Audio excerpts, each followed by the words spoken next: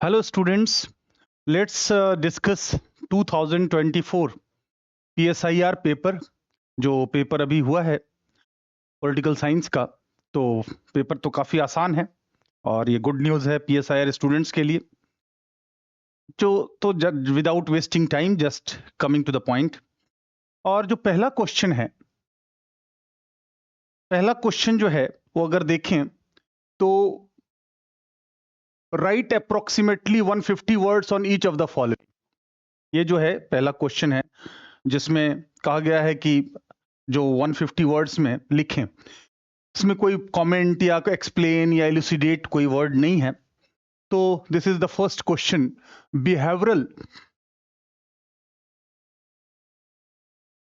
Behavioural approach to political science, ये पहला question है। First A, behavioural approach to political science. So as you know that behavioralism has the root word behavior, and behavior of political actor belonging to political system which is part of larger social system. As you know, larger social system has political subsystem, has cultural subsystem, has economic subsystem. So behavior of political actor is to be seen, and behavioralism emerged in US after Second World War by seeing the limitation of traditional approach. So behavioral approach was an attempt to make political science fully scientific, fully empirical, fully factual, fact value dichotomy, no political philosophy or oblique theory, no subjectivity, no values. तो behavioural approach जो है वो second world war के बाद American political scientist का देन है, जो सबसे बड़ा नाम आता है David Easton, who defined politics as authoritative allocation of values. और डेविड ईस्टन ने बात की verification, pure science, techniques, regularities, interdisciplinary approach, quantification, systematisation. और जो ट्रेडिशनल अप्रोच था सेकेंड वर्ल्ड वॉर से पहले, that was political studies were morally guided by history, philosophy, laws, and institution. But behavioral approach is the result of the developments in sociology, modern sociology, psychology, because psychology में हम behavior ही पढ़ते हैं, on physical science. So it was an attempt to make political science fully scientific, fully empirical, fully factual, and to find the pattern of behavior in political actor belonging to political system. Who is political actor?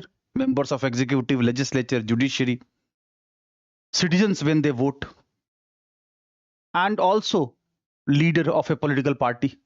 They're all political actors. And David Easton clearly said that we should focus on authoritative centers of decision making, means to search for uniformity in the behavior of the political actor belonging to political system to arrive at a conclusion. So behavioral approach resulted into system model, cybernetic model given by David Easton, a structural functional model given by Elman and Powell, communication model given by Carl Deuce, decision making model by Lassell, and also one named Merriam, C.E. Merriam, who talked about policy science, that is quantification, because behavioralism focuses on facts, datas, surveys, quantification, systematization. तो ये कहने का ये मतलब है कि जो behavioural approach है वो ट्रेडिशनल अप्रोच से फर्क है, जो डोमिनेंट रहा 1945 सेकेंड वर्ल्ड वॉर से लेके 1969 failure of America in Vietnam war. इसके बाद अलग है कि पोस्ट बिहेवियरलिज्म आ गया, लेकिन क्वेश्चन में क्योंकि सिर्फ बिहेवियरलिज्म पूछा हुआ है इसीलिए we have to focus on that.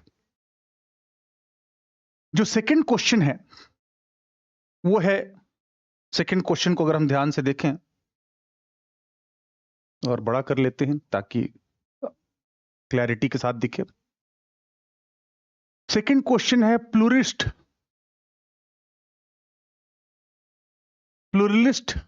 theory of state. You know that pluralist theory emerged after First World War. Against monistic theory of sovereignty of the state. तो क्यों आया? क्योंकि government on behalf of state on the name of absolute sovereignty sacrificed people in wars. So who will question government? Because government is also group of persons, not God. Government is not infallible. Government cannot have such tall claim over citizens. So first world war के बाद groups started claiming the absolute sovereignty of the government, because government exercises sovereignty on behalf of a state. So सरकार कुछ भी decide नहीं कर सकते, अब उसको चैलेंज कौन करेंगे? ग्रुप्स। तो प्लूरिस्ट थ्योरी को ग्रुप थ्योरी भी कहते हैं, पॉलीआर्की भी कहते हैं। पॉलीआर्की यानी रूल ऑफ मेनी, जो एरिस्टोटल ने बात की थी। पॉलीआर्की की बात रॉबर्ट डेल, जो secretary of the state after second world war, जो अमेरिका के थे, उन्होंने भी की थी। और लेस्की सबसे बड़ा नाम है प्लूरिस्ट थ्योरी में। वो कहते हैं state is one of the association standing side by side to other groups, not above them. State must justify its authority. Society is pluralistic, and man's needs are multidimensional. So there cannot be one institution which will be solving all the needs of man. इसलिए लेस्की का बहुत ही famous statement है, authority is federal. Since society is federal, so authority is federal. और decentralisation of powers, authority is federal, यानी कि जो legal power है that is divided into various groups and state is one of the group. So laws are above the state. Laws are formed by bargaining among relatively autonomous groups in which state will play the role of only coordinator, not controller. और इसके अलावा उनसे भी बड़े जो प्लूरिस्ट हैं, MacIver, वो कहते हैं state is both guardian of law and child of law. तो चाइल्ड ऑफ लॉ स्टेट कैसे है कि चाइल्ड जैसे गार्जियंस को फॉलो करते हैं, ओबे करते हैं, तो स्टेट को भी लॉज ओबे करना है. लेकिन स्टेट की ये ड्यूटी भी है कि वह गार्जियन ऑफ लॉ यानी प्रोटेक्टर ऑफ लॉ का काम करे. यानी स्टेट को ज्यादा ड्यूटीज हों, ग्रुप्स को ज्यादा ऑटोनॉमी हो. और pluralist theory talks about democratic decision making with bargaining among relatively autonomous groups. तो स्टेट को डाउन प्ले करते हैं प्लूरिस्ट थ्योरी, और ग्रुप्स के रोल को हाईलाइट करते हैं.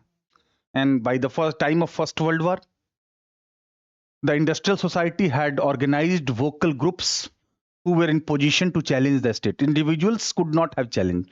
So pluralism individualism से फर्क है. Pluralism सोसाइटी को देखता है कि society is sum total of autonomous groups,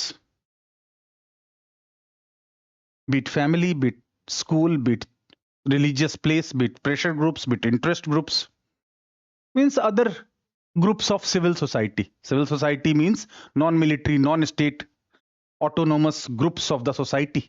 तो प्लूरिस्ट थ्योरी बेसिकली ग्रुप थ्योरी, और इस क्वेश्चन में आपको ग्रुप थ्योरी ही लिखना है. अब हम लोग जो है वो नेक्स्ट टॉपिक पे जाते हैं, और अब हम लोग आगे बढ़ते हैं और देखते हैं. थर्ड जो क्वेश्चन है वो है लॉक्स व्यूज ऑन रिवोल्यूशन. तो John Locke was a liberal thinker. Introduction में ही देंगे कि is part of social contract individualism, mechanistic theory of state, and through social contract rational individuals created civil society, state and government in different stages of contract. लेकिन यहां question पूरे John Locke पे ऐसे का नहीं है, सिर्फ रिवोल्यूशन पे है. तो John lock is father of classical liberalism because he favoured constitutional government, limited government, and government to act as trustee of LLP, life, liberty and property, which were most important natural right, failing which people means majority, can revolt against state, and disintegration of a state will not lead to disintegration of civil society, because civil society and state were formed by different contracts. So he allowed people to revolt against a state if a state is not able to protect the very basic natural right, that is right of life, liberty and property. तो lock का जो individualism है that individualism is based on limited government, limited role of the state, minimal state, and Locke says rationality is the attribute of individual and not the state. तो इस तरह से हम देखते हैं कि जॉन लॉक का जो रिवोल्यूशन पे थॉट है उसको बताना है। और जॉन लॉक हमेशा लेजिस्लेटिव फॉर्म ऑफ गवर्नमेंट यानी पार्लियामेंट की सुप्रीमेसी की बात करते हैं, क्योंकि वो मानते हैं कि the parliament represents will of the people. So he always favoured legislative supremacy and also separation of powers. तो रिवोल्यूशन का स्कोप तभी आता है जब स्टेट ट्रस्टी के रूप में काम ना कर पाए। State is duty bound to protect the basic natural rights, that is life, liberty and property. तो ये ऐसा नहीं है कि सोशल कॉन्ट्रैक्ट इररिवोकेबल है या unconditional surrender of natural rights है, ऐसा नहीं है।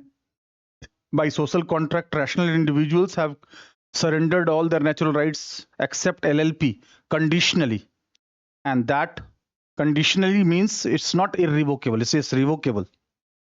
So the nature of social contract of Locke is different from Hobbes.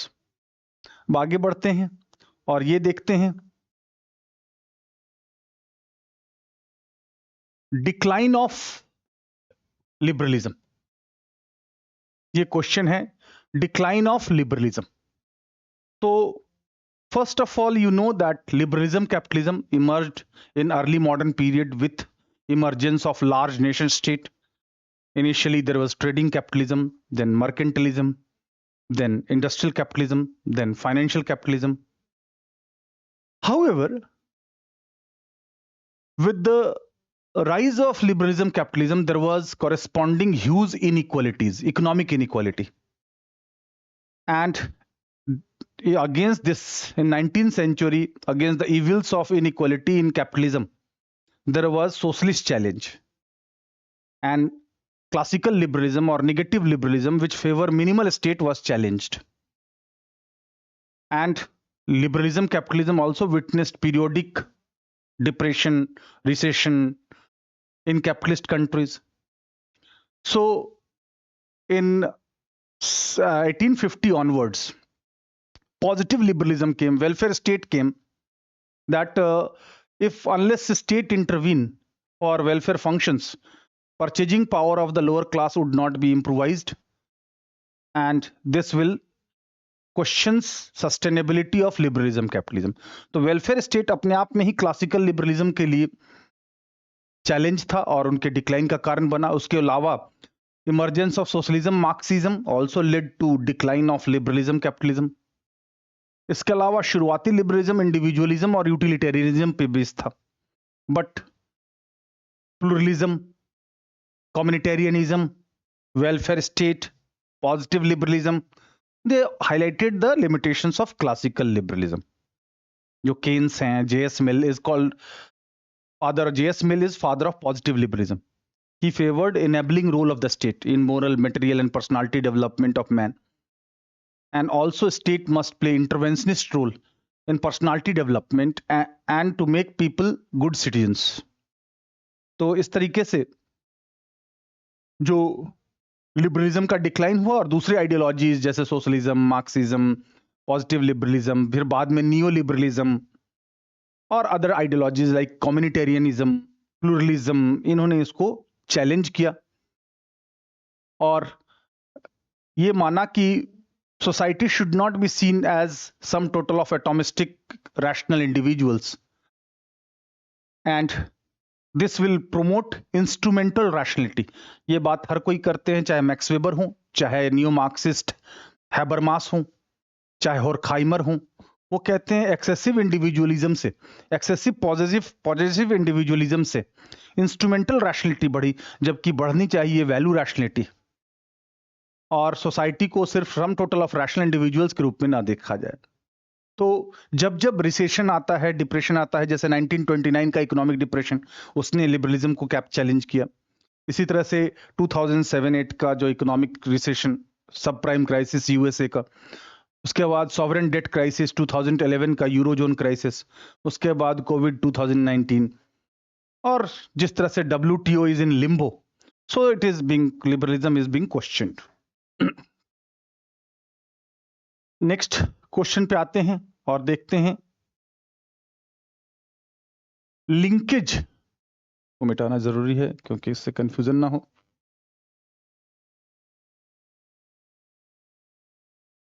Next question जो है वो है linkage between power and hegemony. तो ये जो चैप्टर है पावर, ऑथोरिटी, लेजिटिमेसी और max weber, that is related with that. First you have to define what is power. Power is ability of more powerful to influence the action and behavior of less powerful in a desired manner. Max weber भी ऐसी बात करते हैं कि power is ability to impose one's will over the others.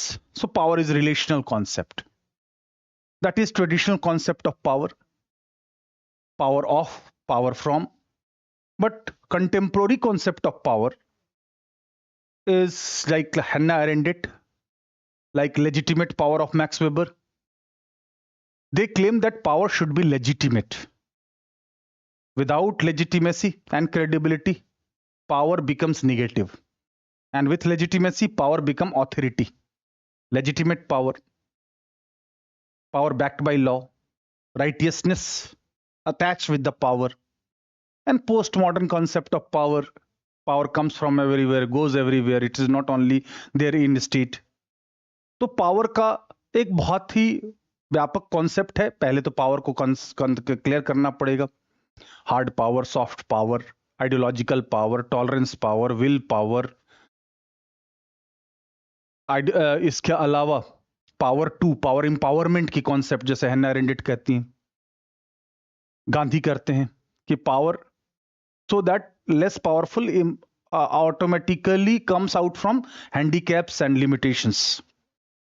So power is also to be seen in terms of three kinds of power: authority, that is legal power; influence, that is compliance through persuasion; and force, compliance through compulsion. So the most positive form of power is authority. तो power के different dimensions हैं और power की different theories हैं। Elitist theory of power, pluralist theory of power भी है, Marxist theory of power भी है, Max Weber's theory of power भी है। But when we talk about linkage with hegemony, hegemony word was used by Gramsci, that is ideological and cultural power, ideological dominance, ideological dominance. Gramsci gave the concept of hegemony, that is ideological dominance or ideological power, which is different from coercive power. So Gramsci divided civil society, which is closer to base.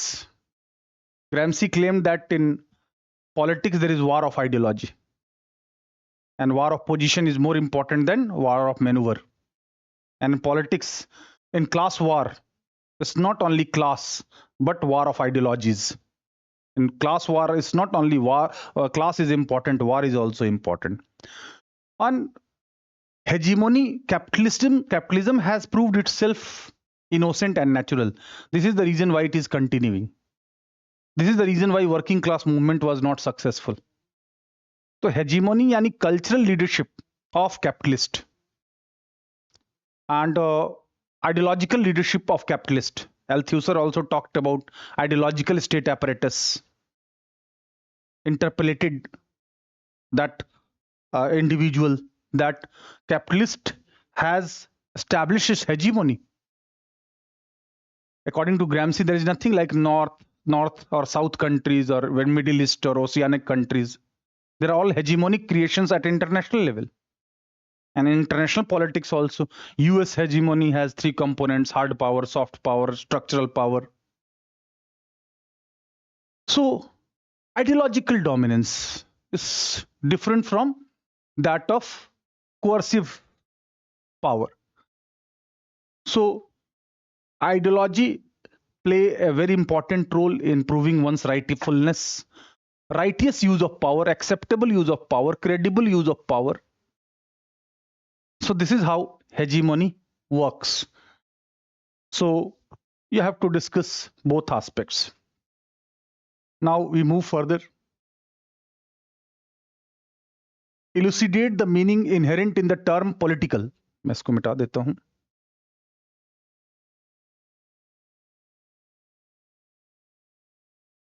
Elucidate the meaning of the term political with appropriate illustration.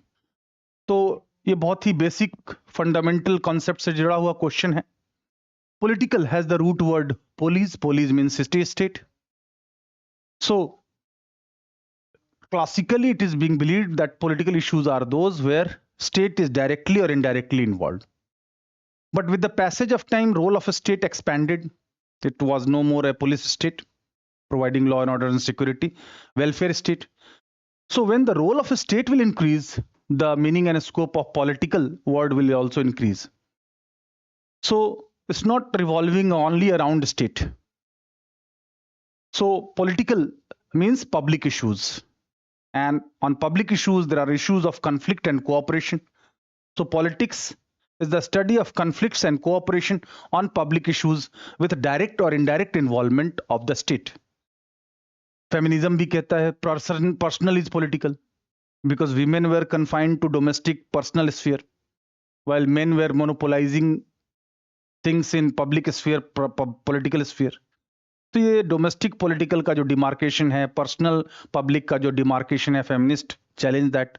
तो ये examples देना पड़ेंगे इसमें कि political का मतलब जो liberalism capitalism में क्या है. तो वहां पे पॉलिटिकल में जो स्टेट का रोल है क्लासिकल लिबरलिज्म में, that is minimal state, non interventionist state, best government which one which governs the least. वहीं वेलफेयर स्टेट में interventionist role of the state. Neoliberalism में again non interventionist role of the state. Socialist में command and control economy of the state. तो political वहां पे जो political का जो मीनिंग है वो एक्सप्लेन करना पड़ेगा डिफरेंट कंटेक्स्ट में कि पॉलिटिकल का जो, और शुरुआत से ही देखनी पड़ेगा कि पॉलिटिक्स के लिए जैसे अरिस्टोटल ने क्या कहा था, पॉलिटिकॉन, यानी man is not only a social animal, man is social and political animal. यानी कि state is natural, individuals are just organs, constituents of the body, state not maker of it. ये organic theory of state political के लिए कहते हैं. हैना एरेंडेट भी political के लिए क्या कहती हैं? वो कहती है private endeavor of individual gets best manifestation in political sphere. Political activity is the most important human activity. वो कहते हैं labor is biological while work is social and action is political. तो वहां उस political को explain करना पड़ेगा. And politicization means making the issues public, different stakeholders, different views, and also we say political solution because politics has immense potential of conflict resolution because of flexibility, tolerance, accommodation, which is different from legal. So political solution. So political word is used everywhere, be it political theory, political philosophy, political science, political ideologies, political issues, differences with private issues or domestic sphere. So you have to explain in detail with illustration by referring different thinkers and different ideologies what is political. And Marxist perspective, in which state was seen as instrument of exploitation in the hands of minority capitalists against majority workers. So in that, politics was seen as instrument of oppression. While for Max Weber perspective, you will see that politics is not confined only to government, it is much wider everywhere in society. So he is called father of political sociology. And Max Weber in his book, Politics as Vocation in 1919 said that politics is very tough because here so many balancing acts has to be done. You have to balance your interest, party's interest, You have to follow the laws. You have to take care of volunteers, public opinion. So many factors you have to take into account. So Max Weber says, politics is the slow but hard boring of hard boards. तो इस तरीके से political को बहुत elaborate करना पड़ेगा और बताना पड़ेगा. ये तो बहुत ही जेनरिक क्वेश्चन है, लेकिन you have to be careful because here when you give examples you must cover most of the dominant ideologies, most of the dominant thinkers and theories. All cannot be referred because it is such an open-ended question that you can write so much things in this, but you have to broadly focus liberal, socialist, Marxist, feminist. Broader perspective of that has to be. And then finally political in an international sphere. So where nation states are involved, their interests have conflict and cooperation. National interest, conciliation is there. Conciliation of even diagonally opposite interest. It is political sphere which provides mechanism for it. तो इसके आगे हम लोग अब बढ़ते हैं और ये देखते हैं कि नेक्स्ट क्वेश्चन क्या है.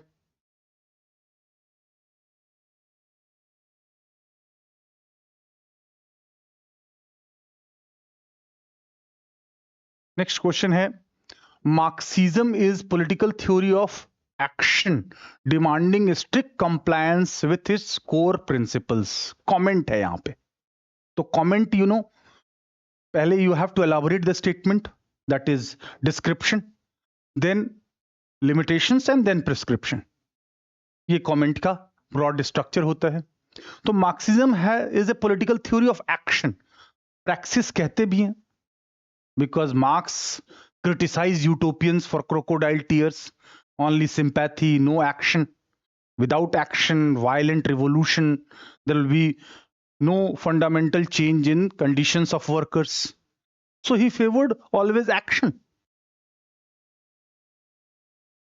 And that is the core principle. That merely sympathy, merely talks will not do. If material things has to be changed, then violent revolution is must. Marx says every new birth involves bloodshed. So every new society has to be formed based on violent revolution. Numerically superior workers must go for revolution against minority capitalist to overthrow it. So that is at the core of his. When you have to prove that this is at the core, then you have not to only discuss Marx. Marxism it is. So Lenin staged first successful socialist revolution in Russia called Bolshevik Revolution based on the ideology of core ideology of Marx after some modifications. Similarly, Mao Zedong staged first successful socialist revolution in China leading to formation of PRC, People's Republic of China in 1949, success of Red Revolution. So Marxism involves action, not only talks, that too violent action. And Marx predicted that first there will be revolution to establish socialist state. Socialist state will represent dictatorship of workers, and that will be transient stage. And after that transient stage, there will be classless, stateless, communist society. So that will end the socio-economic inequalities. That was the Marx philosophy. But over the period of time, the action was furthered by all other Marxist, be it Lenin, be it Mao, be it neo-Marxist, like Gramsci says is in class war is as much important as the classes, and in political sphere there is war of ideologies. So there was talk of action. First, action in terms of convincing civil society about righteousness of socialist ideology, educating civil society about righteousness of civil society, and then going for revolution. Lenin also advised M.N. Roy that first you collaborate with Congress and then oust British and then go for socialist revolution. So everywhere Marxist, because Marx himself In Communist Manifesto claimed, workers of the whole world join hands. You have nothing to lose but chains, and you have whole world to conquer. That was also action. So action is central to Marx thought. But since question is comment, so you have to find the limitations that in spite of actions and attempts of bloodshed and involving revolution, it was met with limited success. In Western countries, it could not succeed. That is the reason why neo-Marxists like Gramsci, Horkheimer, Adorno, Habermas, Althusser, they talk about relative autonomy of the superstructure. That state has relative autonomy, if not complete autonomy, of the base. So they also talked about action. Whether it's traditional Marxist or neo-Marxist, everywhere we talk about this. So action is so central, and but what we see that limited action could be done and limited number of countries could get socialist revolution. So these are the limitations. And in prescription, you can also highlight that every revolutionary action is preceded by revolutionary thought. We have seen in all major revolutions, and it was true also with Marxism.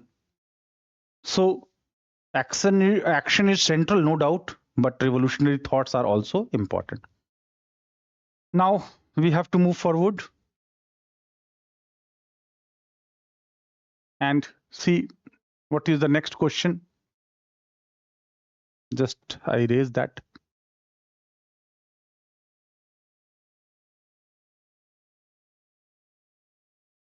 Next question is the nature of relationship between equality of democratic citizenship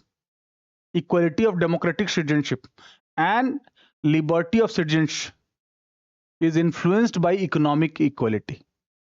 So you have three keywords are there: equality of democratic citizenship on one hand, liberty of citizenship on the second hand, and by economic equality. Means without economic equality, they will not be substantive. First of all, you have to explain the nature of relationship between equality of democratic citizenship and theory of citizenship. So with the advent of liberalism, capitalism, there were civil and political rights which were conceded.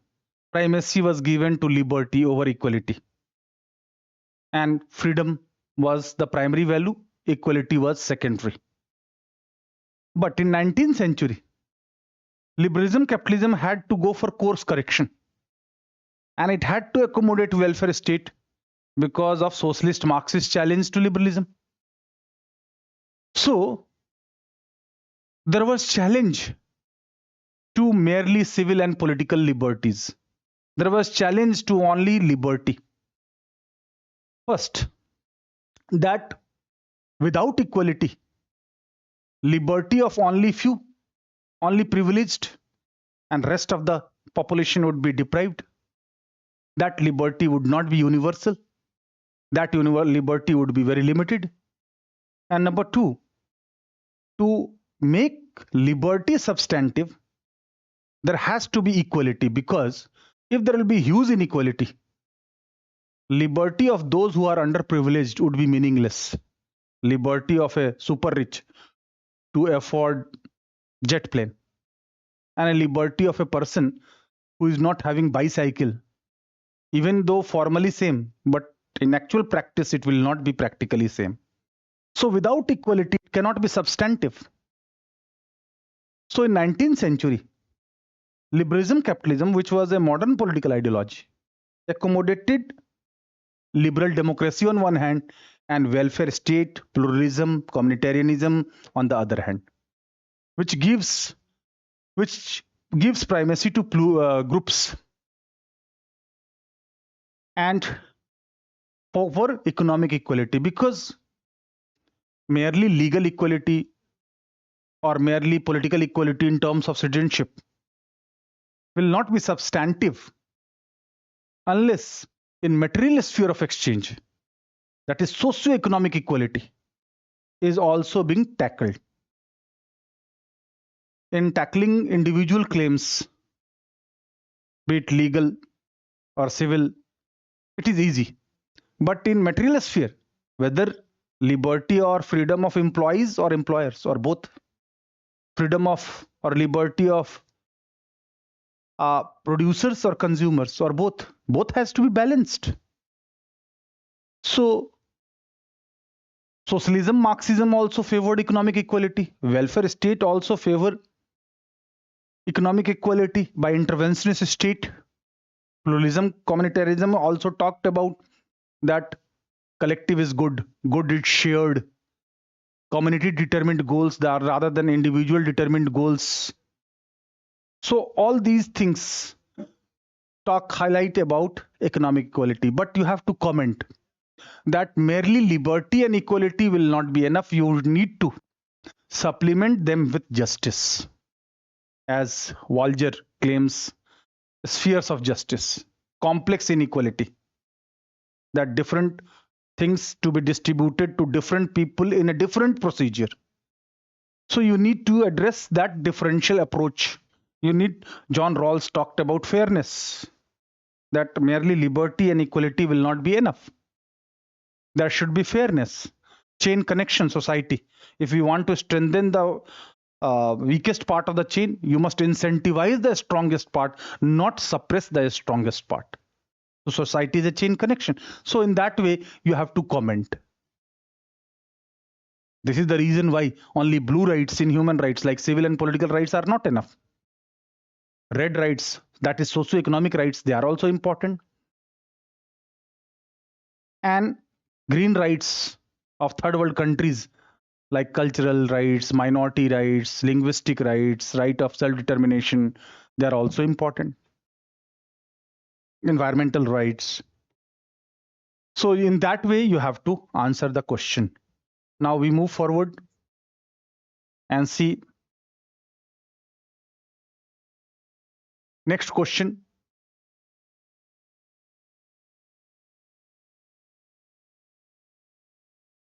Next question is, the debate on human rights is caught between limitations of both universalism and cultural relativism. So first of all, you need to explain human rights. Human rights are those minimum rights which are essential for a dignified existence based on human dignity. Its origin was in 1215 Magna Carta, when king could not arbitrarily impose taxation and punishment without consultation. Then Immanuel Kant in 18th century, Age of Reason, he talked about reason-based morality based on human dignity, deontologist approach. And after mass violation of human rights in First and Second World War, UN Charter favored protection and promotion of human rights, and on 10 December 1948, Universal Declaration of Human Rights, which is applicable to all individuals, all human beings, and no other individual, community, nation, government, and other stakeholders could violate the basic human rights. And three kinds of rights: blue rights, that is civil and political rights; red rights, that is socio-economic rights; and green rights, that cultural rights, ethnic rights, minority rights, environmental rights were declared. So it appears very much high sounding and pompous, good. But Asian values challenge universalism. They claim that Universal Declaration is a Western concept. Western countries were trying to impose their individualism, their Western way of life, their Western thinking on other countries. Asian values favor age-based respect, community, solidarity, discipline, which is incompatible with the Universal Declaration. Moreover, through Universal Declaration, Western countries were intervening in internal affairs of the third world countries on the name of human rights violation. because third world countries have thick diversity, so they are more vulnerable of external Western intervention. And cultural relativism. This is a concept of postmodernism. This is also value pluralism. Postmodernism claim that there is nothing like universal, there is nothing like absolute truth. There are intersectionality, there are plurality, there are diversity. There is nothing like absolute truth. There is no lexical order of cultures. So we cannot say that one culture is superior and another culture is inferior. There cannot be any lexical order. So Isaiah Berlin, who is a neoliberal thinker, also talked about value pluralism rather than value monoism. So as far as human rights concept is concerned, Western viewpoint was represented by universalism, while Asiatic values favor cultural relativism. If our Asian values and culture are different from Western, it must be respected. And Western universalism or individualism or concept of human rights should not be imposed. So this is caught, of course, but sometimes it is a cause of controversy between first world and third world countries. But sometimes it also helps in balancing. This is the reason why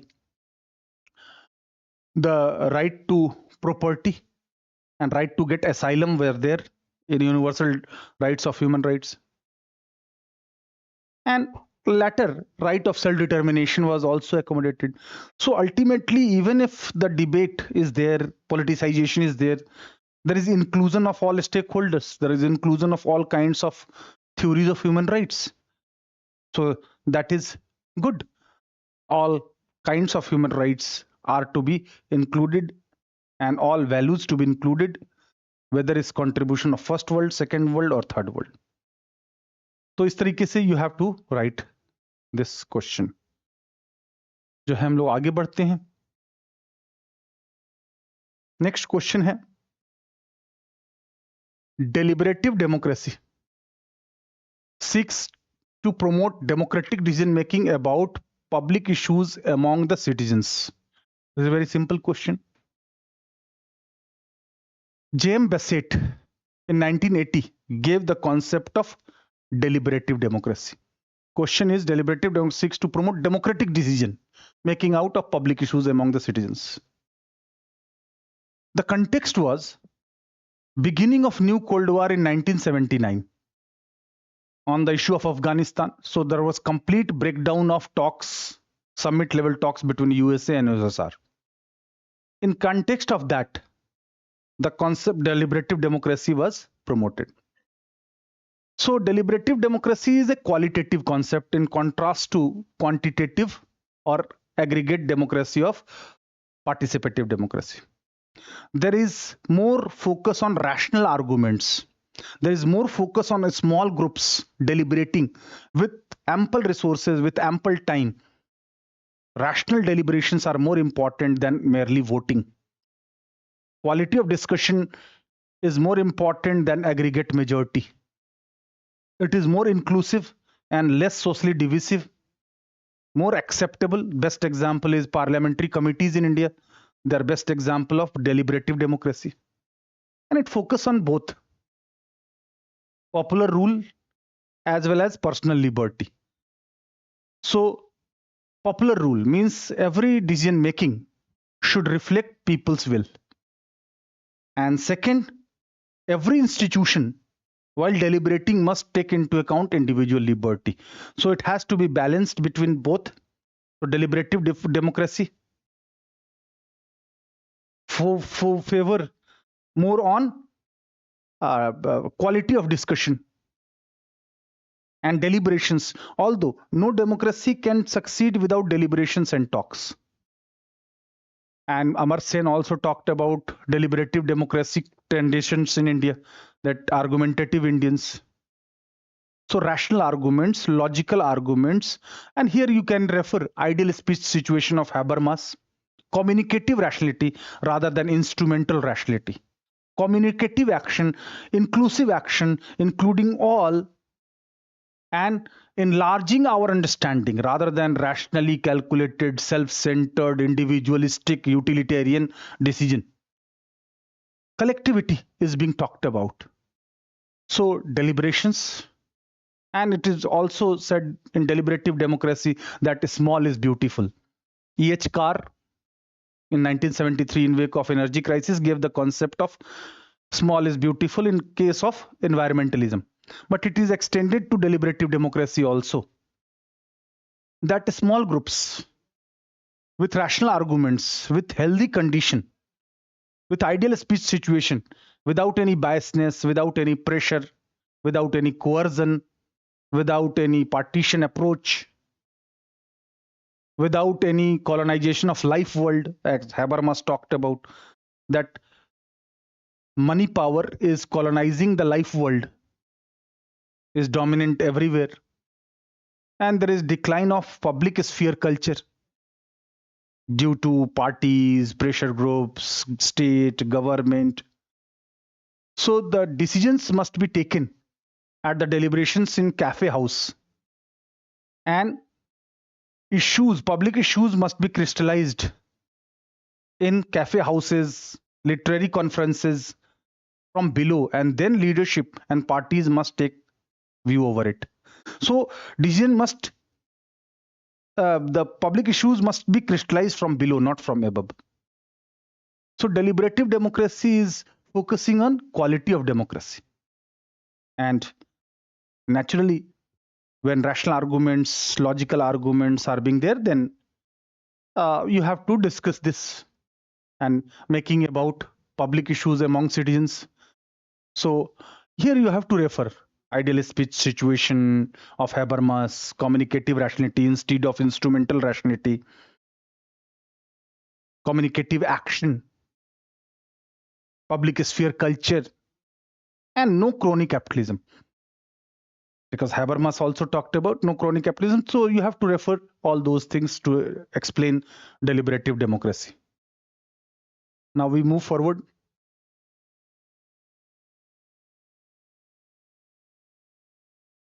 We move forward and see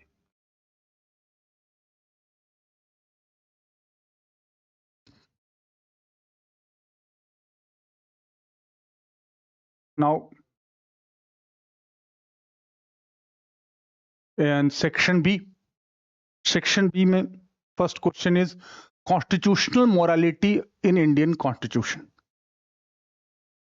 So first of all, you have to discuss that constitutional morality is different from public morality or social morality.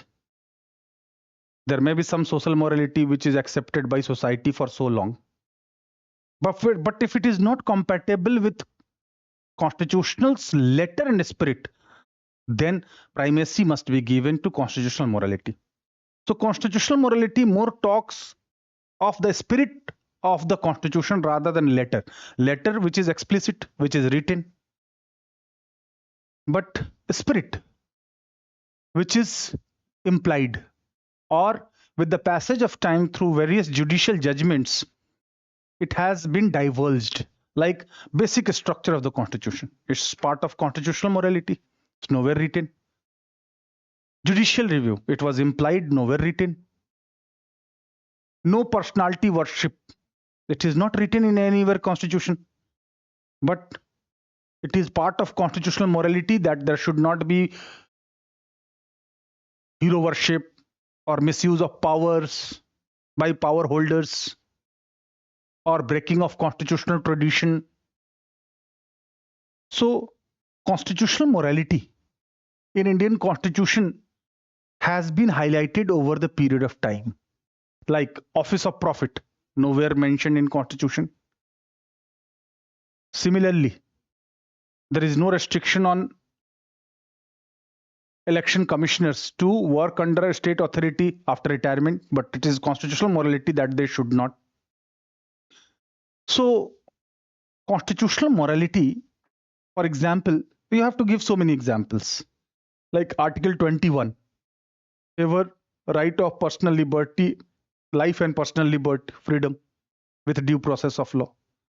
So in various judgments, Supreme Court has given primacy to constitutional morality over social morality. For example, decriminalization of homosexuality, or decriminalization of beggary, or decriminalization of adultery. They may appear quite surprising and peculiar for many people in society. They will feel that this is against social morality. But constitutional morality has to prevail. Privacy, individual's choice, individual's personal freedom, which is a fundamental right, has to be given primacy over the social morality or public morality. And Ambedkar also talked about constitutional morality by saying that howsoever good constitution we make, but if the upholders are not good, this will be failed. So he was talking about constitutional morality, that those who are upholding the constitution, those who are running the system, should take into account constitutional morality. You have to refer Dworkin also, taking rights seriously, in which he differentiate between policy and principles. He also differentiate between laws and principles. He says that judges must take into account certain principles which are extra constitutional, which are derived from political theory, to supplement existing law. In our constitution, Article 142, if there are no sufficient evidence, through absolute complete justice, Supreme Court can apply its discretion based on constitutional morality to arrive at a decision, based on rationality, not on arbitrary random will. So in Dworkin also, he says that basic principle of one should not benefit from his own wrongs. It is a part of constitutional morality. It must supplement the traditional laws, existing laws, written laws, codified laws. Many times you have to apply the principles of natural justice. That is also part of constitutional morality. So there are so many examples of constitutional morality that you have to substantiate because it is in context of Indian Constitution. Next question is objective resolution of Constituent Assembly. So objective resolution was moved by Jawaharlal Nehru. It was one of the first motion to be moved, one of the last to be adopted, because objective resolution became the basis of preamble, that is I card, introductory part, prologue of philosophy of our constitution. So whenever a writer writes a book, initially he has some objectives, noble, desirable philosophy, goals in his mind. And when it is concluded, many things are modified, changed, added. Same is the case. So objective resolution moved by Jawaharlal Nehru was one of the first to be moved and one of the last to be adopted. It was moved in around 13 December 1946 and it was adopted around 22nd January 1950. So objective resolution, as I said, became the basis of preamble, and preamble has so many principles. The concept of preamble inspired from America, but contents of preamble taken from French Revolution or French Constitution. First is popular sovereignty. It starts with we people of India and ends with we adopt, enact and give it to ourselves. Then sovereign, democratic republic were originally there, and sovereign socialist secular democratic republic were there. So preamble is quite significant.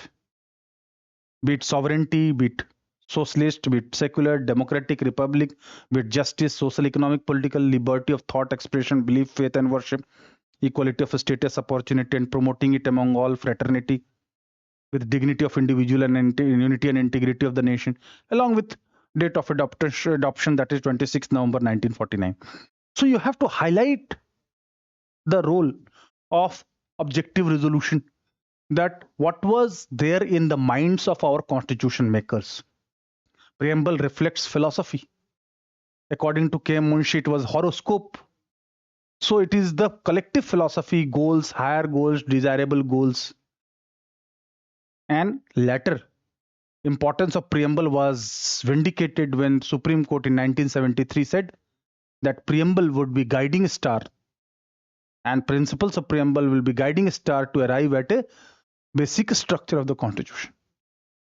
And moreover, those objectives of a nation, collective objectives of the nation, were made explicit, like liberty, equality. They are also there in Part 3, like socioeconomic justice in Part 4.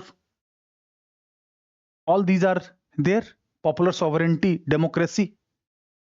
So objective resolution is quite important, and the objectives, philosophy of our constitution makers are clear. Then next question is legal remedies in Part 3 of the Constitution of India.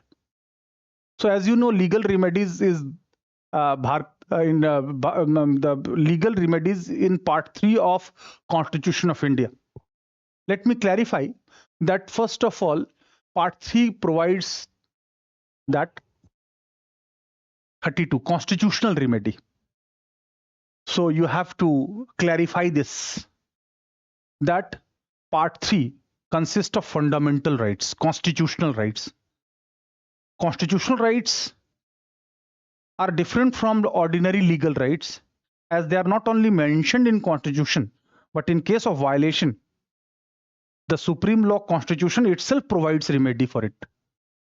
While legal rights may be mentioned in Constitution, like Article 300A, right to property, but in case of violation, there is legal remedy, not constitutional remedy.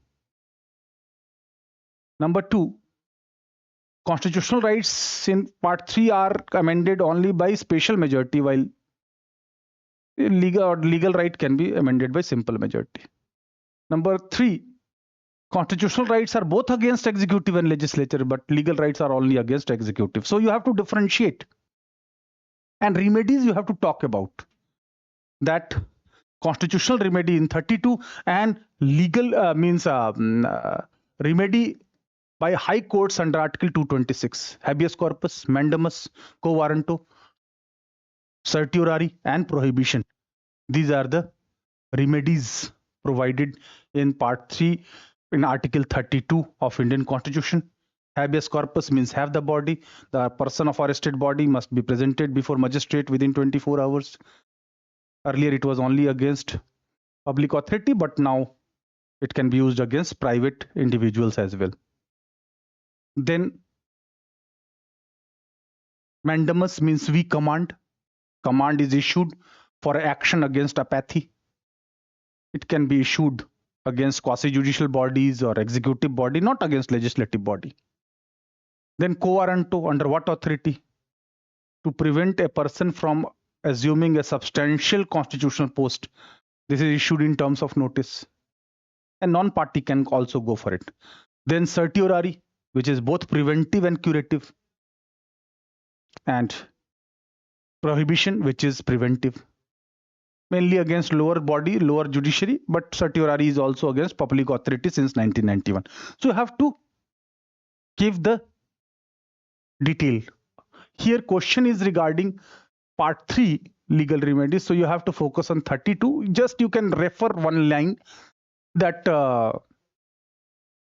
constitutional remedy of Article 32 is itself a fundamental right and basic structure of the part of basic structure of the Constitution. However, the remedy under Article 226 by high courts, they are not a fundamental right, although also part of basic structure of the Constitution. But just you have to justify. Relevance of Legislative Council, Vidhan Parishad. So first let me clarify that in India only 6 states have upper house, Legislative Council, namely UP, Bihar, Maharashtra, Karnataka, Andhra Pradesh, and Telangana. The upper house in Punjab and Bengal were abolished in 1969. In Tamil Nadu, it was abolished in 1986.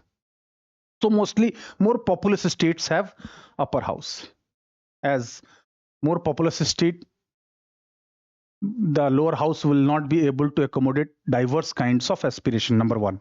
If we see the composition of constituent legislative council, 1/3 members are elected by MLAs themselves, 1/3 by local bodies, 1/6 nominated from science, art, literature, and cooperative movement, 1/12 graduates constituency, and 1/12 teachers constituency.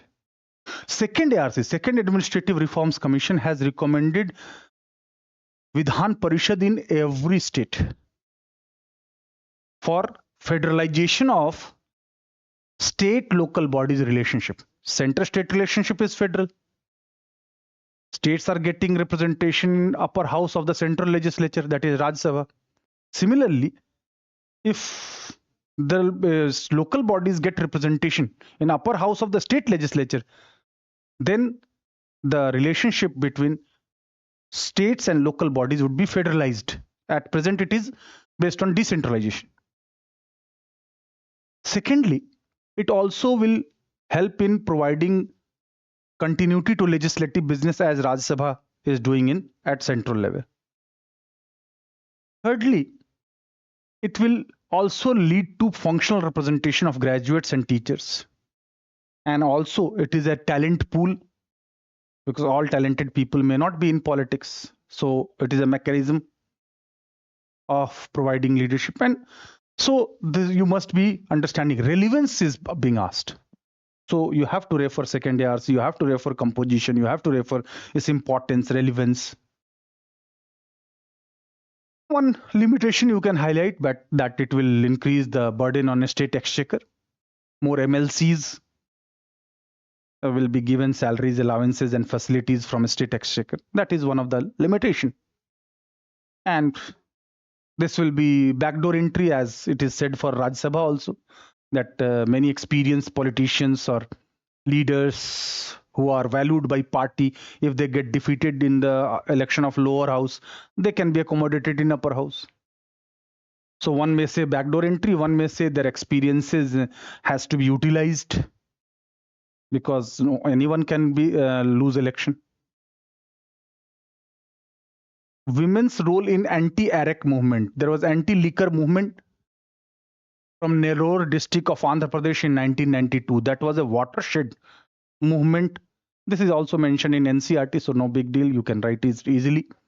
Just I highlight that locally manufactured liquor was not only causing mental loss, health loss, physical loss to men, but also promoting domestic violence. And women took the lead against this domestic violence.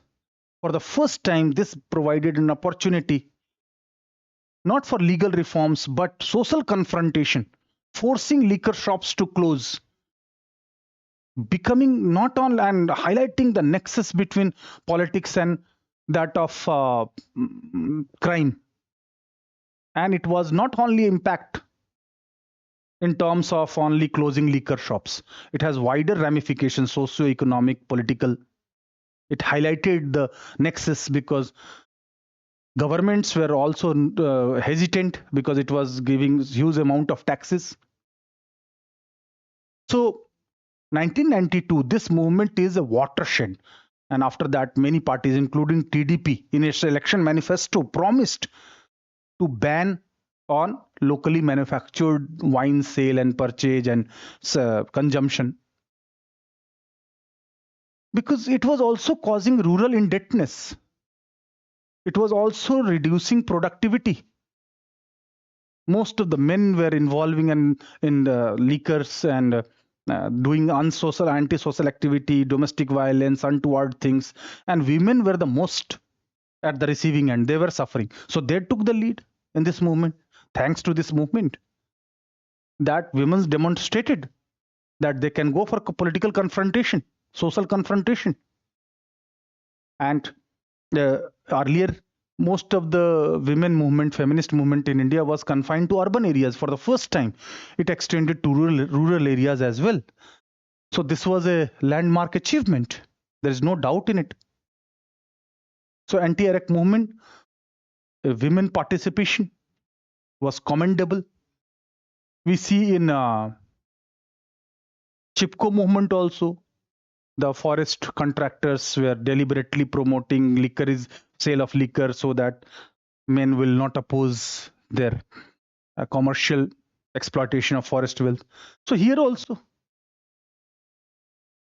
initially government, liquor manufacturers, money lenders, those who had vested interest, they were allowing to continue. Next question is, how far do you agree that directive principles of state policy are more fundamental than fundamental rights in meeting socio-economic justice as mentioned in preamble of the Constitution? This is very, very important question. So this question is saying that how far you agree. So partly you have to agree, not fully, because Supreme Court in Minerva Mills case judgment said that both Part 3 and Part 4 are equally important. Their balance is a basic structure of the Constitution. They are complementary. They are not antagonistic. But if we see the things before 1980 Minerva Mills case, then in Champakam Dorairajan case, Supreme Court said that fundamental rights of Part 3 would be given primacy over Part 4. While in Golaknath case, Supreme Court asserted that fundamental rights are immutable and transcendent and cannot be amended, and Parliament has no absolute power to make law. Against this, there was 24th and 25th constitutional amendments, in which 31C was added, and it was also argued that to implement 39, equitable distribution of wealth and resources, 39 would be given primacy over 14, 19, and 20. 31 means right to property is not sacrosanct. Again, we see that Supreme Court in 1973, Keshwan Bharti case added basic structure of the Constitution, and 42nd Amendment gave legal primacy to Part 3 over Part 4. Finally, happy balance was established in 1980 Minerva Mills case. So DPSP of Part 4 from Article 36 to 51 are inspired from liberalism, socialism, and Gandhism. And those provisions which are inspired from socialism and Gandhism are meant for socio-economic justice, while Part 3 is meant for civil and political justice, but Part 4 is meant for socio-economic justice. Part 4, Article 38, provide for welfare state, and welfare state can only meet the socio-economic rights, community rights, class rights, be it working class, be it unemployed, be it old age people, be it women, be it SCs, STs, OBCs, EWS. EWS, although not originally mentioned in Constitution, nor amended in 946, but weak means economically weak, differently abled. Because if we see the contents, 39A, adequate livelihood for both men and women. 39B, that is physical ownership and control of physical resources should be even. And 39C, preventing concentration of wealth. 39D, equal pay for equal work for both men and women. E and F, children and workers, their health.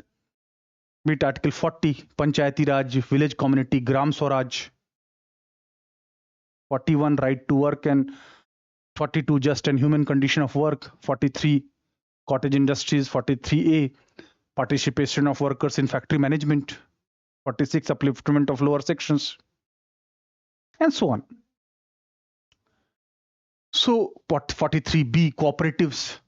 So they are ultimately socio-economic rights, means community rights. 48, agriculture and animal husbandry, that is farmers. So DPSP take care of all marginalized, weaker, and underprivileged sections of the society, and be it that of underprivileged due to economic reasons, political reasons, social reasons,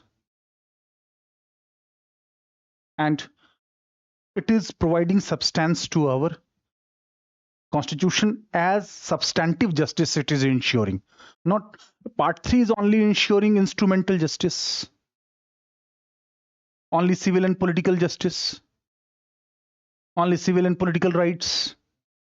But part 4 adding all socio-economic primarily and partly political justice also.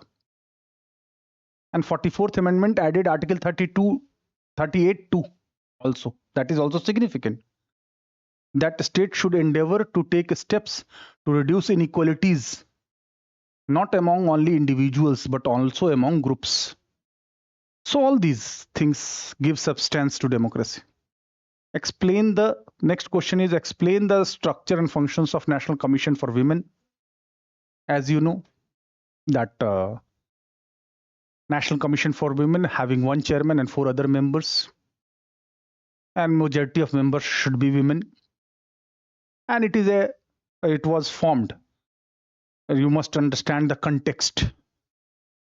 National Commission for Women were formed in 1990, and there was a report towards equality in 1974, and UN celebrated 1885 to 1995 as a decade of women. So women issues, feminist issues were highlighted both domestically and internationally, and they got attention. And a statutory body, National Commission for Women, was formed in 1990. So structure is clear. Tenure of 5 years, appointment by president for fixed tenure. And it is a statutory body that is formed by Act of Parliament, not mentioned in Constitution.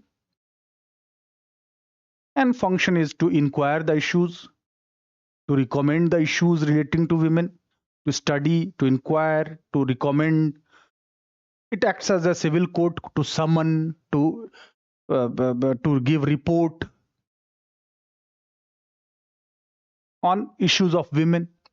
Civil court, it has no punitive power. So one of the limitation is that it is called paper tiger, because it has the power of civil court to summon, but it has no power to punish. And it depends upon ministries for resources, for allocation of budget. Moreover, its recommendations are not binding, they're advisory in nature. Moreover, their report is laid on the floor of the House, but it is not, theoretically it should be laid on a regular basis with action taken report and memorandum. Action taken report, that what action government has taken on the recommendations, and memorandum justifying why certain recommendations were not accepted. So these are the reasons why National Commission for Women has to be. You have to explain the highlighting women issues, researching on women issues, research and development is also their work. Besides, recommendation for changing laws, obsolete laws to be done away with, new laws to be made, how the crime against women to be curtailed. So this is how we see their functions as well. So next is just the legacy of Planning Commission. The question is, the legacy of Planning Commission still has bearing on India's development policies. It's true. Planning Commission was formed based on Cabinet resolution in 1950. It was not a constitutional body, but extra constitutional, extra statutory body. But socio-economic planning is mentioned in our concurrent list of Constitution, Article 246, Schedule 7. And there was overwhelming consensus over planning, even before independence, and various models were given.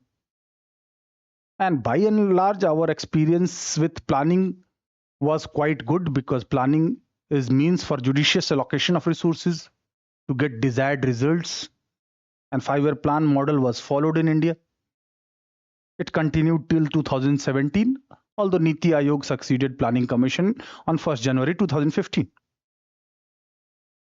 So our all experiences, accumulated experiences, were reflected in Niti Aayog, or all legacy, that certain objectives of planning are still unchanged, like modernization, self-reliance, growth. These are these are elements of continuity in our planning process. That is the legacy of planning. And the role of state in allocation of resources, sector-wise, and later from 10th 5-year plan, state-wise also, is continuing.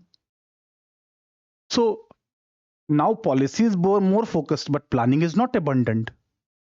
Now annual planning is there. So planning is supplemented by policy, projects, programs, and so on. And moreover, planning was meant for socio-economic justice, and that was enshrined in our constitution, part 4 of the constitution.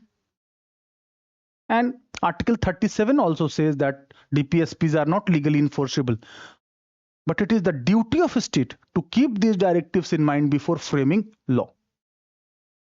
So to implement policies, programs, planning, there are things which are continuing. There are certain things which are changed because of the need of 21st century, like research wing, consultancy wing, Team India wing in Niti Aayog, Team India wing for cooperative federalism, Antyodaya, Gramodaya, inclusive government, inclusive growth, sustainability. All these are part of good governance. And sustainability was also there in last 5-year plan, 12th 5-year plan, 2012 to 2017. Faster, sustainable, and more inclusive growth. In 11th 5-year plan, that was 2007 to 2012, faster and more inclusive growth. So inclusive growth, faster growth, they are there from day one. Self-sufficiency, modernization, faster growth, they are there from day one. Equity, that is the socio-economic equality, inequality to be reduced. So our constitution is remaining there. Part 4 is remaining there, whether it's Planning Commission or with Niti Aayog. Constitution is one and same. Part 4 is same. In fact, it was more made explicit. 43A, 48A, 39A, 39A free legal aid to poor, 43 participation of workers in factory management, 43B added by 97th Amendment cooperatives, 48A that is protection of milch animals and that of forest wildlife preservation. So they are there. So it is continuing, more element of continuity rather than changes. It's true that after liberalization, the directive planning was replaced by indicative planning, but planning continued. Now, next question, discuss the contribution of Dalit struggle to establish egalitarianism in Indian society during freedom struggle. So it was Dalit movement which focused on atrocities against Dalit, which focused on equality, and which made our national movement not only a political struggle of independence, but liberation struggle for empowerment of Dalits, lower caste, backward caste, deprived, marginalized. And that lead was taken by Jyotiba Phule, who claimed that British rule was better than Peshwa's rule, because Peshwa's rule was Brahmin rule. And be it Ghulam Giri or be it B.R. Ambedkar, who favored substantive representation of Dalits in all branches of administration. He claimed that India was not a nation because for a nation, you need liberty, equality, fraternity, and caste is incompatible with equality and fraternity. So definitely Dalit movement had so many warriors, be it Jyotiba Phule, B.R. Ambedkar, who favored separate electorate for Dalits, ultimately settled for reservation for Dalits, who formed All India Scheduled Caste Federation in 1942, who was even going against Congress to get the demand of reservation fulfilled. He was favoring loyalty towards British to get more representation, fair representation to Dalits. And he favored political empowerment of Dalits as well, besides educational and economic empowerment. And vehemently opposed caste system because he believed that Congress was dominated by upper caste, particularly Brahmins. Then Sri Narayan Dharm Paripalan, Narayan Guru, the example of a Jahwa movement, redemptive social movement, personal transformation, to give up meat and liquor and to adopt clean life, to uplift their conditions. So Sri Narayan Guru or K. Kelappan, who had temple entry satyagraha in 1924, later he got associated with Congress. Then self-respect movement, led by E.V. Ramaswamy Naikar Periyar, who talked about atheism because theism will promote priesthood. And he highlighted the biased rule of upper caste Hindus against Dalits. Dalits were considered to be untouchables. Dalit itself means oppressed and suppressed and exploited. So they can overcome this by only unity. They can overcome through political empowerment, through representation. And if not getting representation in open competition, they must be beneficiary of reservation. So ultimately, our supreme law constitution also accommodated and all those things for equality of Dalits. As Ambedkar himself said, Article 15 and 16 were compensatory benefits to Dalits against historical oppression, be it Article 46, be it Article 16.4, be it Part 16, later 15.4, 15.5 were also added. So ultimately, during freedom struggle, the legacy of Dalit perspective of national movement was also taken into account. It was also a balancing act. And ultimately, it gradually led to empowerment of Dalits. But it could not have taken place overnight. So that egalitarianism, equality is being favored. The blueprint of Gram Swaraj is key to understand Gandhian perspective on planning. So Gandhi favored Jajmani system, self-sufficient village economy. Article 40 of our constitution is inspired from Gandhism, that says organizing and empowering village panchayats and endowing them with such powers that they work like local self-government. So Gandhi always believed in political decentralization. He gave oceanic circle model in place of pyramidal model, individual at the center. Moral individual will sacrifice for village, moral village for district, moral district for that of a state, and so on. So to blueprint of Gram Swaraj is the key to understand Gandhian perspective of planning. Gandhi favored cottage industries, village industries, labor intensive industries. He was not blindly against machines, but machines should not replace human hands. So Gandhian perspective, not only Gandhi, we have to understand not only Article Panchayati Raj of Article 40 and cooperatives of Article 43B, but we need to also understand that how Gandhian idea of Swaraj, that is not only rule of self, but rule over self based on self-discipline. Gram Swaraj, power should go from below. At one point of time, he said partyless democracy. His followers like J.P. Fall favored partyless democracy. Binoba Bhave, who was Gandhian, After independence started Bhudan, Gramdan movement, Sarvodaya, that Jamindars had opportunity to give their surplus land to get spiritually uplifted.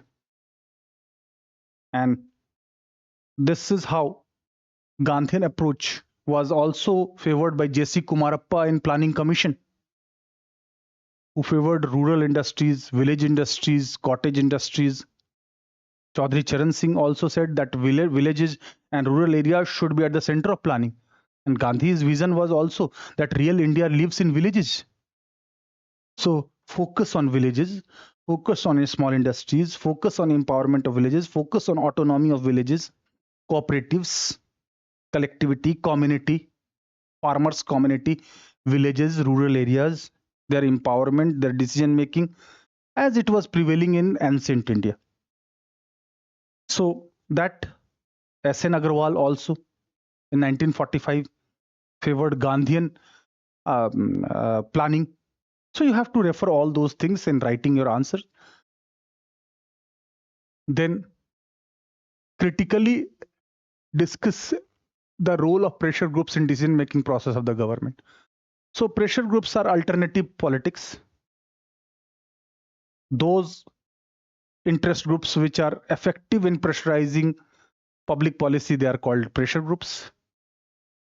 And they are part of civil society, and civil society is fifth pillar of democracy. And pressure groups, interest groups represent sectional interest, the people coming together based on shared interest. They perform the work of interest articulation, and in a structural functional approach you will find that pressure groups through interest articulation make their demands and support towards political system. Then decisions and policies comes out. So there are various kinds of pressure groups, like institutionalized pressure group like IS association, associational pressure groups like based on profession occupation like engineers association, doctors association, non-associational like caste based, religion based groups, and anomic, that is spontaneous. So various kinds of pressure groups are there. They are influencing, pressurizing public policy, and they are not contenders of political power, but they work for the interest of their own members. So this is a part of healthy democracy, that in healthy democracy people participate not only in their individual capacity but as a group also, as a community also, to influence public policy. And they are also called anonymous umpires. So pressure groups many times play very positive role, but critically assess.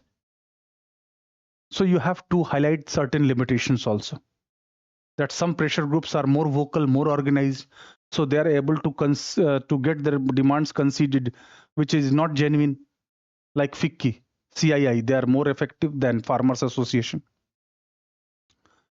Moreover, in less industrialized societies, agrarian society, pressure groups are less effective than industrial society of West. Moreover, multiple membership of a pressure groups. One can be member of a religious group, occupational group, caste group, ideological group. One of the unique pressure group in India is Gandhian pressure group. So you have to highlight the limitations of that also, that individual liberty or freedom or identity is submerged in an interest group, and there is colonization of pressure groups also. Those who are economically influential or money power, they dominate every pressure group, they influence decision making. So you can write this question easily. Discuss the role of environmental movements in shaping environmental governance in India. So environmental movements have great role.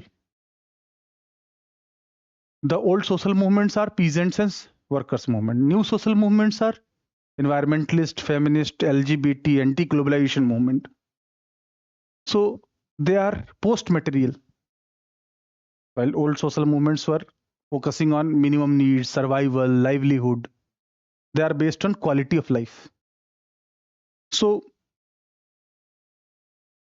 we see that in early 70s, there was anger among people,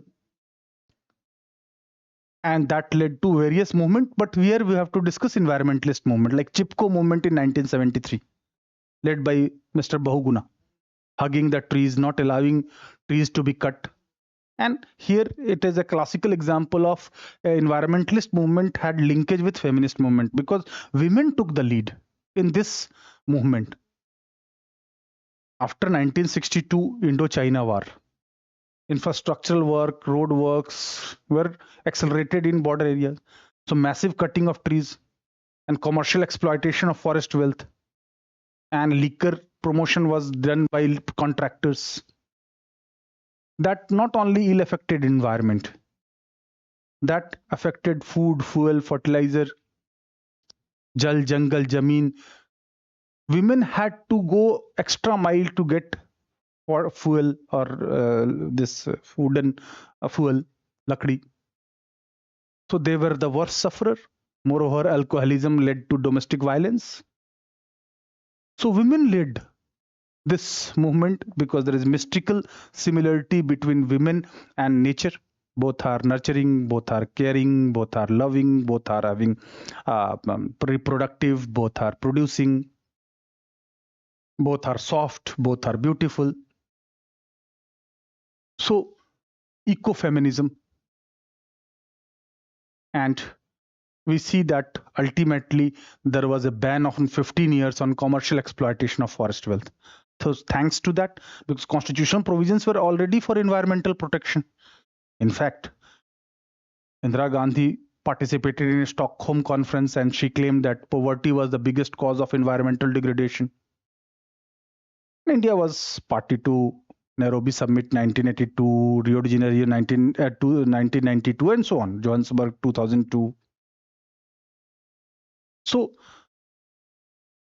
in India also, 42nd Amendment shifted forest from state list to concurrent list, and also 48A were added. So besides changes in laws and constitution, Forest Conservation Act, Wildlife Act, Project Tiger, all these plantations, commitment to world. So environmental governance change a lot. Earlier only Department of Forest, then Department of Forest and Environment, then Department of Forest, Environment and Climate Change. Now climate change is a big deal, big issue. So ultimately environmental governance improvised in 70s Chipko movement, in 1980s Narmada Bachao Andolan against raising of Sardar Sarovar Dam in Gujarat and Indira Dam in Madhya Pradesh, because there will be social cost of these big dams. People will be displaced from their traditional areas of living. Not only talking about financial cost, but social cost and environmental cost, because more and more environmental degradation, sustainability would be compromised. So domestic governance, now sustainable development goals, millennium development goals earlier, bit our voluntary commitment to go for renewable energy. So all these had changed a lot, bit initiative on solar energy, bit our Panchamrit in COP26 by Modi, that we will be voluntarily taking up responsibilities for sustainable development goals. Nationally determined contributions are there. So it has changed a lot. And in the background, it was the social movement. So social movements are part of political sociology, informal, loosely organized, collective, for better quality of life. And in recent past, Supreme Court has given a judgment that adverse effect due to climate change under Article 21 would be a fundamental right.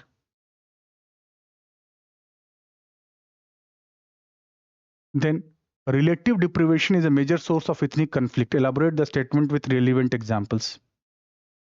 Yes, relative deprivation, of course, ethnicity, you must be clear that ethnicity, race, caste, religion, language, culture, they are linked. And ethnic origin is related with common ancestry or common descent or common blood origin. A ethnic group consider that their ancestors are common. They are part of identity politics. Identity politics is politics of passion, not reason. It is based on power of myth. It is based on the promotion of a feeling of injustice or shared glory. And it is based on some past heroes of every group. So, ethnic politics, if we discuss, then here race also comes, like in Northeast Mongoloid race, in India Caucasoid race, bodily features, South Indian dark color, North Indian relatively fair skin. Then issue of caste also comes, and casteism, communalism, regionalism, linguistic politics, they are being seen. But one of the limitation, one of the point against ethnic politics is that our identities are multiple. Caste identity, religious identity, linguistic identity, state identity, and national identity all. So this moderates intense ethnic conflict. However, in third world countries, ethnic conflicts are rampant. Identity politics are rampant. Our identities are social, not natural. It is focused on essentialism rather than existentialism. And many times it has become violent, like in Northeast. In recent past examples, you can give Naga Kukis on one hand, who are Christians, and Metais, who are mostly in plains, are Hindus. Unending violence going on in Manipur for last couple of years. In spite of all efforts, it is not being stopped, and it is further complicated by the ethnic support by ethnic group of NSC and Khaplang group of start giving drones to these groups. So in Northeast, we see so much conflict, and it basically deprivation, relative deprivation. You'll see that you have to substantiate this question that conflicts, ethnic conflicts, are more in backward states, in Gujarat, in Maharashtra, in South India. Such conflicts are bit relatively less, but in Northeast, in Eastern India, conflicts are more. So it is said that hungry man is angry man. Deprivation, sense of injustice, neglect, alienation, and undue favor to other is all they are being referred to highlight that how this is. So you have to give relevant examples. This question was asked because of so much ethnic conflict we see in Nagaland also. There was separatism, because whenever there is minority communalism, then it takes the form of separatism. Majority communalism, it takes the shape of fascism, Nazism. So you have to refer different examples. You have to give that in wake of globalization, greater influx of population mixing, changes in demography, reaction against it, more fundamentalism, more thrust to ethnic politics. Because after 1991, clash of ideologies was replaced by clash of civilization. And naturally, fundamentalism has increased, identity politics has increased. So all those things you have to write. Then Gram Sabha in Panchayati Raj system is a forum which gives expression to collective wisdom, aspirations, and will of the people. So Gram Sabha under Article 243A, that was added by 73rd and 74th Amendment, is example of direct democracy. All adult registered citizens constitute Gram Sabha, which is a legislative body which has to work in the local level in the same way as Vidhan Sabha work at the state level. There cannot be a gap of more than 6 months between the two sessions of Gram Sabha. And Gram Sabha, Gram Panchayat, that the executive body led by Sarpanch, is answerable to Gram Sabha. So it gives it is for grassroots democracy. It is for bottom-up approach. It is development as per locally felt needs. It is for political decentralization. It is not one fit for all sizes. Pesha, Panchayat Extension Scheduled Areas 1996 further empowered Gram Sabha. And no land can be acquired either by center or state unless 70% of the members of Gram Sabha consent for it. So this is how their wisdom is relied upon. The developmental model is not to be imposed from above. The people of locality, they are encountered with their day-to-day problem. They know they are better judge of their decisions. They can take better decisions. They can be better judge of themselves. Moreover, it will be relieving the center and states also. It will be enlarging the social base of governance. It is part of good governance. It will promote the participative democracy, because no democracy can succeed without active participation of the common people, and Gram Sabha is providing such avenue. And we see that the constitutional status gave big boost to it after 1992.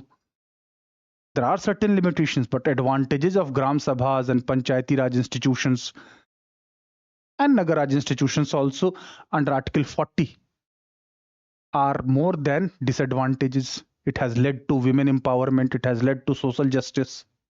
It has led to popular participation. It has led to better governance. It has led to this percolation of development at the grassroots level, participation, legitimacy, acceptability, vindication of a decision.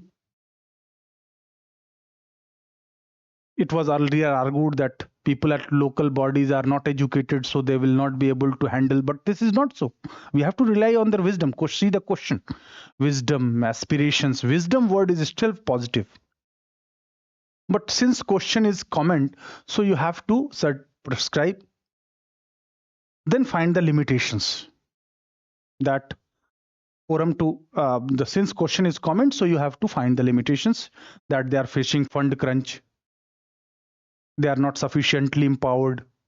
Moreover, they depend upon states for delegation of powers under Article 243G and 243W. Delegation, not federalization.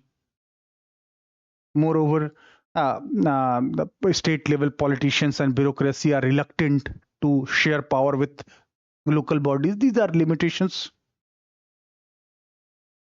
And cost of election, more office bearers, burden on a state exchequer, many states party based elections. So these limitations you have to highlight in 3-4 lines, 3 lines maximum, and then you have to conclude. So in this way you can easily solve this paper.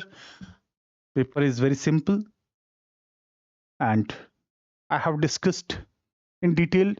This is how you must write it with an open mind, because question is not that right on Plato's theory of justice only,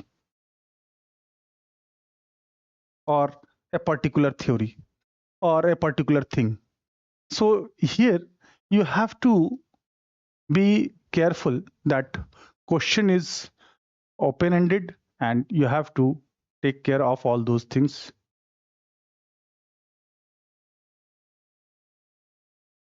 So we have discussed this, and we'll discuss more in the next class. Thank you.